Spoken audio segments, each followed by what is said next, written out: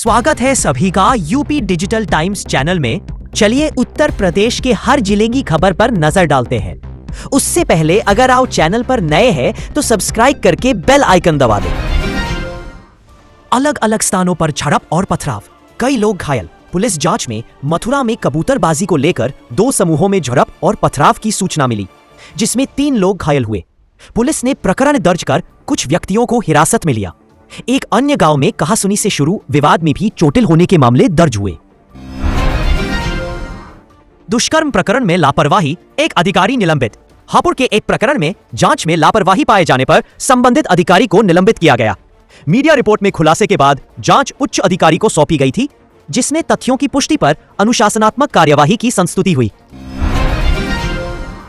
Cyber धोखाधड़ी, QR code और निवेश प्रलोभन के माध्यम से राशि हानि। 2 अलग घटनाओं में एक महिला से क्यूआर कोड के जरिए 7 लाख रुपए और एक युवक से निवेश के नाम पर 5,25,000 रुपए की धोखाधड़ी हुई। पुलिस जांच कर रही है और कथित खातों कड़ियों का अनुकरण किया जा रहा है।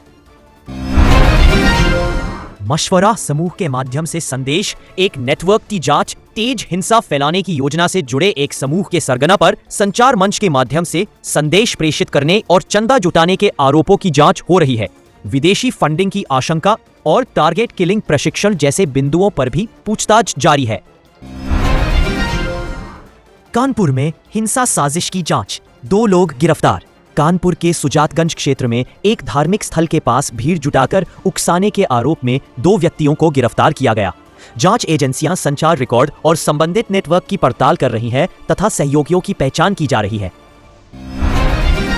नवरात्र में एसिड हमला पीड़िता को 22 वर्ष बाद मुआवजा। आगरा की रुकैया को 2002 के प्रकरण में 5 लाख रुपए का मुआवजा स्वीकृत हुआ। घटना एक तरफा प्रस्ताव के इनकार के बाद हुई बताई गई थी। सामाजिक कार्यकर्ता के सहयोग और वरिष्ठ अधिकारियों के हस्तक्षेप से मामला आगे बढ़ा और मुआवजा स्वीकृत हुआ। ऑनलाइन पोस्ट पर आपत्ति, राजनीतिक प्रत्युत्तर और शिकायत की मांग। नोएडा में सोशल मंच पर कुछ नेताओं के संदर्भ में किए गए एक पोस्ट पर आपत्ति जताते हुए विभिन्न दलों ने शिकायत दर्ज कराने की मांग की। पोस्ट में प्रतीकात्मक चित्रण पर विवाद जताया गया और शालीन संवाद की अपील हुई। देवरिया में नदी में डूबने से 3 युवकों की मृत्यु, गांव में शोक। देवरिया में दुर्गा प्रतिमा स्थापना हेतु कलश भरने गए 3 युवक सरयू नदी में डूब गए। मृतकों की पहचान विवेक, रंजीत और चंद्रशेखर के रूप में हुई। खोज बचाव दलों ने लगभग 24 घंटे बाद देह बरामद की। घटना से क्षेत्र में शोक का माहौल है। धानजीरा के साथ मछली पालन, कम लागत में अतिरिक्त आय का मॉडल। संत कबीर नगर के एक किसान ने कृषि विज्ञान केंद्र की सलाह पर जल जमाव वाली भूमि में धान और जीरा के साथ मछली पालन अपनाया। प्रति एकड़ लगभग 3 माह में 5-6 क्विंटल उत्पादन से 70,000 रुपए तक आय का अनुमान साझा किया गया। उत्तर प्रदेश में जीरो टॉलरेंस नीति का असर, कानून व्यवस्था को सराहना। राष्ट्रीय अपराध रिकॉर्ड ब्यूरो की क्राइम इन इंडिया 2023 रिपोर्ट के अनुसार उत्तर प्रदेश में सांप्रदायिक दंगों की संख्या 0 रही, जिसे सरकार की कानून व्यवस्था की सफलता माना गया। 2017 के बाद शांति और सामाजिक सद्भाव के संकेत मजबूत हुए हैं और कुल अपराध दर राष्ट्रीय औसत से कम बताई गई। जीरो टॉलरेंस दृष्टि को दंगों पर नियंत्रण का कारक बताया गया। पड़ोसी से छाछ मांगने पर विवाद, 2 लोगों पर शांति भंग की कार्यवाही। मथुरा के परसोती गढ़ी गांव में पड़ोसी से छाछ मांगने को लेकर पति पत्नी के बीच कहासुनी बढ़ी।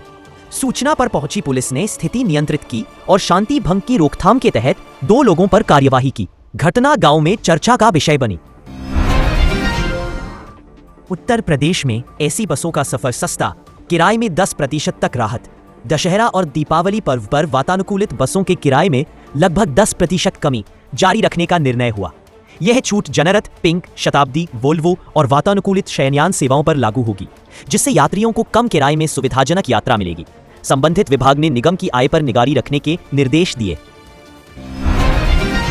Lucknow, Kukrail night safari, camping और इको टूरिज्म सुविधाएं। पहले चरण में नाइट सफारी के साथ इको टूरिज्म जोन विकसित होगा और दूसरे चरण में चिड़ियाघर विस्तार होगा। कुल 1,510 करोड़ रुपए की योजना में 610.34 एकड़ अर्थात लगभग 71.3% भाग में हरित क्षेत्र प्रस्तावित है। नाम बदलकर दोस्ती और फिर अपराध का आरोप। मिशन शक्ति फेज 5.0 के तहत महिला पुलिस की विशेष टीम गठित हुई। कई अधिकारियों की टीम ने संबंधित थाना टीम के साथ संदिग्ध की तलाश कर उसे पकड़ा। आगे की कानूनी कार्रवाई प्रचलित है।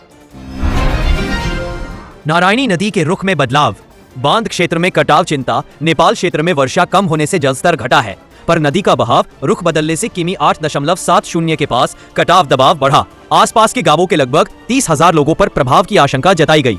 विभाग मरम्मत और बचाव बंद कार्य कर रहा है और संरचना को सुरक्षित बताया गया। गिरफ्तारी और तलाशी पर आपत्तियां, बुलडोजर कार्यवाही रोकने की मांग। बरेली में कुछ संगठनों ने निर्दोष व्यक्तियों की गिरफ्तारी और छापेमारी पर आपत्ति जताते हुए निष्पक्ष जांच तथा बुलडोजर कार्यवाही रोकने की मांग की। प्रशासन ने शांति बनाए रखने की अपील के साथ कानून सम्मत प्रक्रिया का आश्वासन दिया। मुरादाबाद के पाकबड़ा क्षेत्र में योगेश की मृत्यु के प्रकरण में नामित स्वाति वर्तमान में कारागार में है और अपने परिचित मनोज से मुलाकात की अनुमति का अनुरोध कर रही है। जेल प्रशासन ने परामर्श प्रक्रिया शुरू की है। आरोप है कि स्वाति ने मनोज के साथ मिलकर परिवार को फंसाने और आगे विवाह हेतुवश योजना बनाई थी, जिसके संदर्भ में जांच और न्यायिक प्रक्रिया प्रगति पर है। विवरण बिना ग्राफिक संकेतों के प्रस्तुत किए गए। बहराइच में 6 लोगों की मृत्यु का मामला, जांच जारी। रामगांव क्षेत्र के तेपरहा में 6 देह मिलने का मामला सामने आया। प्राथमिक सूचना के अनुसार 2 लोगों पर चोट के निशान और 4 देह जली हुई अवस्था में बताई गई। मृतकों में 1 महिला, 2 बालिकाएं और 3 पुरुष बताया गया। पुलिस जांच कर रही है। पंजीकरण पर जोर, पीएम किसान योजना का लाभ केवल पंजीकृत किसानों को। राज्य सरकार किसानों के पंजीकरण को बढ़ावा देने हेतु जिलों ग्रामों में शिविर लगाएगी ताकि लाभ सभी पात्रों तक पहुंचे। कुछ जनपद पंजीकरण में आगे बताए गए। लक्ष्य है कि अगले वित्तीय वर्ष से पहले सभी का पंजीकरण हो जाए, क्योंकि 1 अप्रैल 2026 से केवल पंजीकृत किसानों को ही किस्त मिलेगी। अयोध्या, स्कूटर इंडिया और हैदरगढ़ मार्गों पर डबल डेकर बस, दिवाली से पहले सुविधा संभव। लखनऊ में डबल डेकर बस सेवा की तैयारी तेज है। अवध बस स्टेशन से अयोध्या तक परीक्षण किया गया। एक निजी आपूर्तिकर्ता से 20 बसें प्राप्त हो रही हैं। प्रारंभ में अलग मार्गों पर विचार था, अब नए मार्गों पर संचालन की योजना है। पुराना गुमशुदगी प्रकरण, कथित हत्या का खुलासा, कंकाल बरामद। हरदोई के संडीला में लगभग 2.5 वर्ष पुराने प्रकरण में एक युवती की मृत्यु के मामले का खुलासा हुआ। कथित आरोपी पर विवाद के बाद देह को कुएं में फेंकने का आरोप है। पुलिस ने परिजनों को हिरासत में लेकर कंकाल बरामद करने की सूचना दी। दशहरा पर भारत नेपाल सीमा क्षेत्र में सतर्कता, निगरानी तेज। महाराजगंज में दशहरा और प्रतिमा विसर्जन को लेकर सुरक्षा बंदोबस्त बढ़ाए गए। 1438 पूजा समितियों पर निगरानी है। जिला क्षेत्र को जोन सेक्टर में बांटा गया। विसर्जन स्थलों पर गोताखोर तैनात है और आयोजकों को दिशा निर्देश दिए गए। त्योहारों में अव्यवस्था प्रयासों पर कड़ी कार्यवाही, प्रशासन की चेतावनी। सिद्धार्थनगर के शोहरतगढ़ में नवरात्र अष्टमी पर डीएम और एएसपी ने सुरक्षा व्यवस्था का निरीक्षण किया। पंडालों पर सुरक्षा उपायों की जांच हुई और शांति से पर्व मनाने की अपील की गई। कानून तोड़ने वालों पर कड़ी कार्यवाही की चेतावनी दी गई और अफवाहों से बचने का आग्रह किया गया। हरदोई में ई-केवाईसी से राशन सुविधा, 84,000 से अधिक ने प्रक्रिया पूरी की। राशन वितरण में ई-केवाईसी अनिवार्य होने के बाद इस माह 84,000 से अधिक लाभार्थियों ने सत्यापन कराया। बिना ई-केवाईसी वितरण पर रोक है और नवंबर तक समय दिया गया है। प्रक्रिया न होने पर सूची अद्यतन में नाम हटाए जा सकते हैं। पशु क्रूरता कानून के तहत मामला दर्ज, मछली फार्म पहुंचे पशु उत्पाद पर जांच। बागपत में पुलिस ने मार्ग पर रस्सी से बंधे एक बछड़े को बरामद किया। एक फार्म परिसर में पशु उत्पाद ले जाने के आरोपों की जांच में 3 व्यक्तियों पर पशु क्रूरता अधिनियम के तहत मामला दर्ज किया गया। पुलिस ने आगे की जांच शुरू की। दोस्तों, आप हमें कमेंट में बताएं कि उत्तर प्रदेश की स्थापना भारत में कब हुई थी। न्यूज लास्ट तक देखने के लिए धन्यवाद। मिलते हैं अगली बुलेटिन में। तब तक ख्याल रखें अपना, अपने परिवार का। जय हिंद, जय भारत।